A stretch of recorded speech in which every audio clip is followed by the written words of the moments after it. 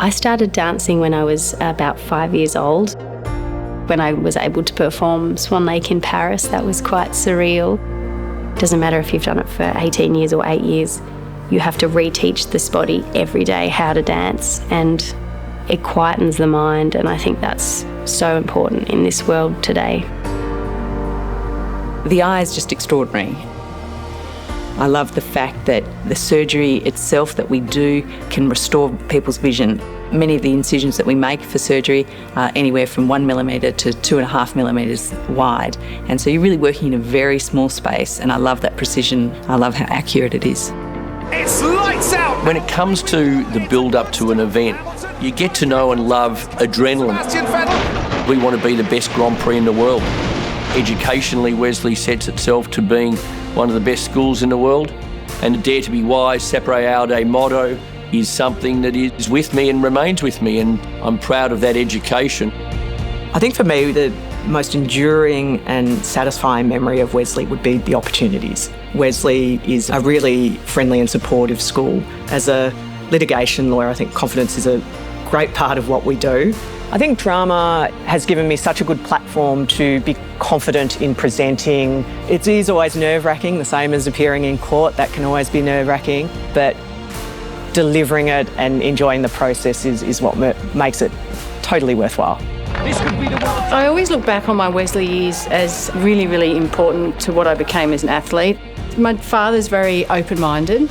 We had this crazy idea.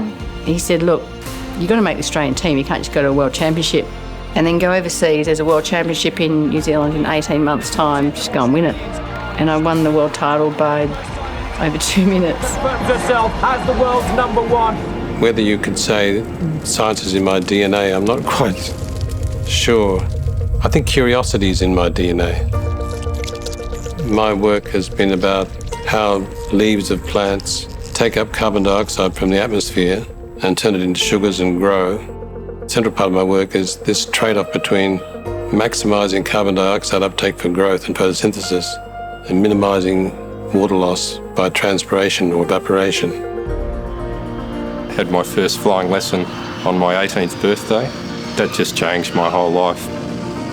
As a captain on a Boeing 787 with 335 passengers, you need to be a good leader, and to have learnt those skills early in your school life, it's really important. I'm currently working in the field of cardiac tissue engineering, so basically we take the individual cell components that make up the heart and build the structure up. And one of the benefits of doing this is that you can basically play with the individual cell type. An organ that can self-survive and continually function for 100, 110 years, that's just utterly incredible. Project Rocket is Australia's youth-driven movement against bullying, hate and prejudice. Really, when we first started out, it was born from a conversation we were having just finished school ourselves. We knew exactly what it was like to be a young person at school. We really recognise this issue of bullying as such a broad human issue. It's not a school problem, it's a human problem. And we started thinking about how if we tackled these issues in school, students would be leaving school with the ability to address the wider, broader issues that underpin bullying. The memories of Wesley have always been incredibly strong. I've always said the best things about Wesley was that I could do it all. From the day I started in grade 6 till when I finished in year 12, I was involved in sport, in drama, and everything in between. It's an incredible place to learn the craft of drama. Claire Cooper, she was my drama teacher. I look back at all my time at Wesley with fondness. Education is the greatest privilege you can give your children. Is that you, Mum? Yeah. Inspiring kids is one thing. I think what is more important is that you make them aware of what's possible. If you want to be remembered as someone who's really caring, then you have to actually be caring. The biggest opportunity you have is to have a positive impact on the lives of people around you, and that starts in school, and it will live forever. Teachers can absolutely change your decision-making. They just showed unwavering faith in me, and that has ultimately led to me being able to get into medicine firstly and has led to my career today. I just think it's important to tell kids to go with your passion. I do biomedical science. I'm glad I did it, but it wasn't going to be my lifelong career.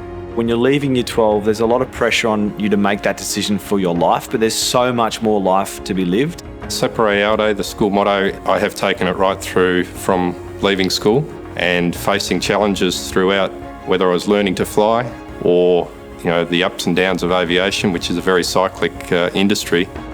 It takes a curious mind. It takes someone who is brave enough to go and question what's out there and go seek it out. When you're younger and you're finding out who you are, you want to utilise those opportunities. I really enjoyed my time at school and I did a lot of things here. But when it was time to knuckle down, to work hard, to try and get those marks to get into the law degree, that's what I did with great support, and that's followed me throughout my career.